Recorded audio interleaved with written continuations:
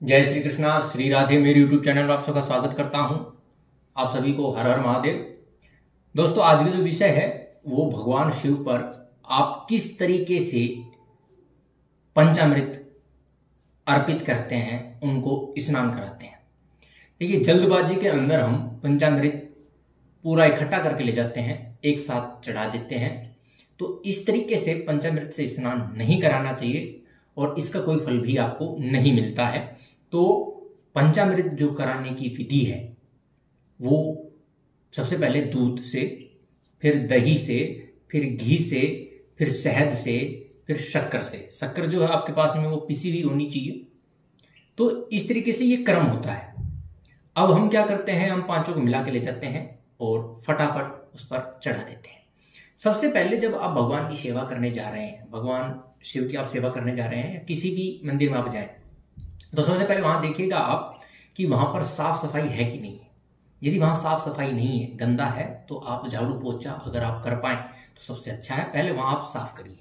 अगर शिवलिंग गंदा है, मतलब कोई पहले से भी चढ़ा के गया हुआ है, बिखरा हुआ है, मक्खी वगैरह हो रही है, तो आप जल से, और सबसे पहले मान लीजिए वहां चिकनाई है तो आप थोड़ा सा दही के अंदर थोड़ा सा शहद मिलाइएगा और फिर उससे आप शिवलिंग को ऊपर से नीचे तक दोनों हाथों से रगड़ के और फिर जल से आप स्नान कराइएगा। जब साफ हो जाए फिर आपको सबसे पहले जल से स्नान कराना है, गंगा जल डालिएगा उसके ऊपर, फिर आपको बेलपत्र अर्पित करना है, फिर आपका पंचामृत स्नान शुरू होता है। तो सबसे पहले क्या करना है आपको, देखिए, दूध, बेलपत्र जो आपने चढ़ाया है उसको एक बार साइड में रख दीजिएगा और दूध लीजिएगा। गाय का दूध होना चाहिए, देसी गाय हो तो सबसे अच्छा है। और जब आप दूध अर्पित कर रहे हैं तो कोई भी श्लोक या मंत्र बोलते हुए अर्पित करें। उसकी धार कम से कम 5 मिनट तो आपको इतना होना ही चाहिए कि आप मंत्र बोलते हुए, श्लोक बोलते हुए और दूध की धार चल रही है और आप जप रहे हैं और वो अनवरत उस पर गिरता रहना चाहिए शिवलिंग के ऊपर।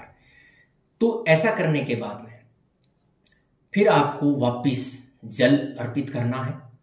इसके बाद में दही अर्पित कीजिएगा। दही अर्पित करने के बाद में जल अर्पित करना है। मंत्र या श्लोक जो भी आप बोलना चाहें बोलते रहें, अनवरत चलता रहना चाहिए। कम से कम 5 मिनट या 2 मिनट तो आपको लगातार धारा शिवलिंग के ऊपर गिरनी चाहिए।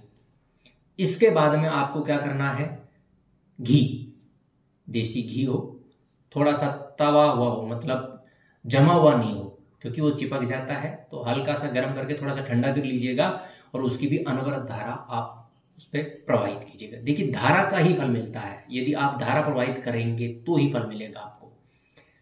अब क्या करना है, आपको वापिस जल प्रवाहित करना है। इसके बाद में आपको शहद, अगर शुद्ध शहद मिल जाए तो वो आप प्रवाहित कीजिएगा। इसके बाद में फिर जल और इसके बाद में पिसी हुई शक्कर, आपको चीनी जिसको बोलते हैं, वो अर्पित करनी है और इसके बाद में जल अर्पित करना है। फिर इसके बाद में आप इन पांचों को मिलाइएगा, जो इनकी मात्राएं पंचामृत में दी जाती हैं वो मिलाकर फिर आप पंचामृत से स्नान कराइएगा, जल अर्पित कीजिएगा। जल अर्पित करने के बाद में दही और शहद मिलाकर आप वापस दोनों हाथों से रगड़कर ऊपर से नीचे तक उसको साफ करिएगा। मंत्र और श्लोक आपका चलता रहना चाहिए। इसके बाद में गंगा जल आप वापस स्नान कराएं, साफ कर दें और फिर बेलपत्र जो भी 5 है, 7 है, 11 है, जितना आप चढ़ाएं। एक बेलपत्र एक बार में एक बेलपत्र चढ़ाएं, वो भी उल्टा चढ़ता है। उस पर आप तीनों पत्तियों पर चंदन लगा सकते हैं, शहद लगा सकते हैं, श्रीम लिख सकते हैं, ह्लीम लिख सकते हैं, कुछ भी लिख सकते हैं, जो भी आपको अच्छा लगे। फिर आप अर्पित करें। तो ये हुआ पंचामृत स्नान। अब जब आप पंचामृत स्नान करवा रहे हैं तो जैसे आपने दूध अगर आप प्रवाहित कर रहे हैं तो दूध को आप अलग से, जहां से जल नीति जो होती है, दूध जहां से झड़ेगा वहां आप लोटा रख लीजिएगा स्टील का और उसको अलग से ले सकते हैं। उसको यदि आप किसी भी, जिनके जोड़ों में दर्द हो, शारीरिक समस्या हो, मानसिक समस्या हो, उसको जरूर बुलाइएगा, जबरदस्त फायदा मिलता है। इसी तरीके से आप दही इकट्ठा कर सकते हैं, घी इकट्ठा कर सकते हैं। जब सब चीज हो जाए तब आप एक शुद्ध कोपीन वस्त्र रखिएगा और शिवलिंग को साफ करिएगा। साफ करने के बाद में आप चंदन से। अगर वहां चंदन घिसना हो तो चंदन घिस लीजिएगा और चंदन से भगवान शिव पर त्रिपुंड जरूर बनाइएगा और साफ सफाई करके त्रिपुंड बना के कोई भी आपको वहां पाठ करना हो तो पाठ कीजिएगा। हम क्या करते हैं, जब पाठ कर रहे होते हैं या शिवलिंग पर जल अर्पित कर रहे होते, सेवा कर रहे होते, तो हमारा जो दिमाग है, हमारे जो विचार है वो शांत नहीं होते, हमारा ध्यान वहां पर होता ही नहीं है, तो अधिकतर फल तो इस वजह से नहीं मिलता। जो भी आप काम कर रहे हैं, जो भी पूजा पाठ कर रहे हैं, तो पूजा पाठ करने से पहले वहां थोड़ी देर बैठिएगा, थोड़ा सा ध्यान लगाइएगा ताकि आपका ध्यान भगवान के ऊपर अर्पित हो। ठीक है, फिर आपको ये सेवा करनी है। धूप दीप, फिर आपको धूप दीप दिखाना है। जो भी चीज आप रखें वो शिवलिंग यानी कि आपके दाईं तरफ रखें। सफाई का विशेष महत्व है। अगर आप इस तरीके से करते हैं और किसी भी चीज को जब आप करें तो कम से कम उस चीज को आपको 45 दिन करना होता है, तब उसका आपको विशेष फल मिलता है। दूसरी गलती हम ये करते हैं कि हमारे पास जो भी है वो सब कुछ हम चढ़ाते हैं कि इसका ये फल भी मिल जाए, इसका ये फल भी मिल जाए। काली मिर्च है, काली मिर्च भी चढ़ा देंगे, काले तिल भी चढ़ा देंगे, राई भी चढ़ा देंगे। कोई भी पुष्प हो, गेंदे का हो, गुलाब का हो, कमल का हो, धतूरे का हो, कोई भी फल हो, सब हम उनको अर्पित कर देते हैं। ऐसा नहीं है, कोई भी एक सामग्री जो आपके पास में उपलब्ध हो वो ही आप चढ़ाइए। चढ़ाने की विधि यही है कि शिवलिंग पर कभी भी सूखा अन्न अर्पित ना करें। अन्न अर्पित करने के लिए आप उसको जब सब पूजा हो जाए तो कपड़े पर, शिवलिंग के दाईं तरफ कपड़े के ऊपर आप उस अन्न को अर्पित करते हुए मंत्र बोलते हुए फिर रखें। इस तरीके से वो चीज आपकी स्वीकार होती है। चंदन यदि आप घिसकर, चंदन से भी आप भगवान शिव को अभिषेक करा सकते हैं। तो चंदन घिसें, चंदन घिसकर आप उसका लेप करें और पानी से धोने से पहले उस चंदन को आप किसी भी पात्र में, कटोरी वगैरह, गिलास वगैरह में रख लीजिएगा और फिर आप जल से स्नान करिएगा। उस चंदन को आप घर पर लाकर अपने मस्तक पर लगाकर सुंदरकांड आदि का पाठ करिएगा, उसका दिव्य फल आपको प्राप्त होगा।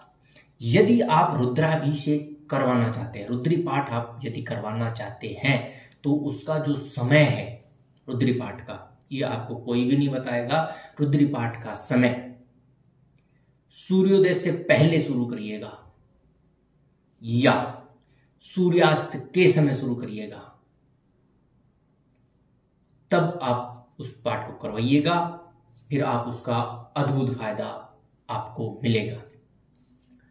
यदि आपको शिव तांडव स्तोत्रम आता है तो उसके श्लोकों को पढ़ते पढ़ते भी साय समय यानी सूर्यास्त के बाद यदि आप रुद्राभिषेक करते हैं तो भी आपको विलक्षण फल की प्राप्ति होगी, धन दौलत संपदा आपको प्राप्त होगी। तो ये हुई विधि और किस तरीके से करना है। कहाँ आपका फल आपको मिलने से रुक जाता है, मनोकामना रुक जाती है, तो सही तरीके से करेंगे फल जरूर मिलेगा। तो ध्यान केंद्रित कर कर आपको चढ़ाना है। कोई भी एक चीज अर्पित करनी है, एक समय पर अर्पित करनी है। सफाई का विशेष ध्यान रखिएगा अगर आप भोले बाबा को शीघ्र प्रसन्न करना चाहते हैं तो। तीसरी चीज आती है इसमें, यदि आपकी पोशाक, अगर आप धोती कुर्ता पहनकर और खासकर सफेद कलर की हो, संतरे कलर की हो, लाल कलर की भी चलेगी, लेकिन नीला, काला, ज्यादा भड़काऊ कलर आपको पहनने नहीं है। इनका फल कम मिलता है, वरना नेगेटिव मिलता है। तो इस वीडियो में फिलहाल इतना ही, फिर मिलेंगे नेक्स्ट वीडियो में। तब तक के लिए जय श्री कृष्णा, श्री राधे।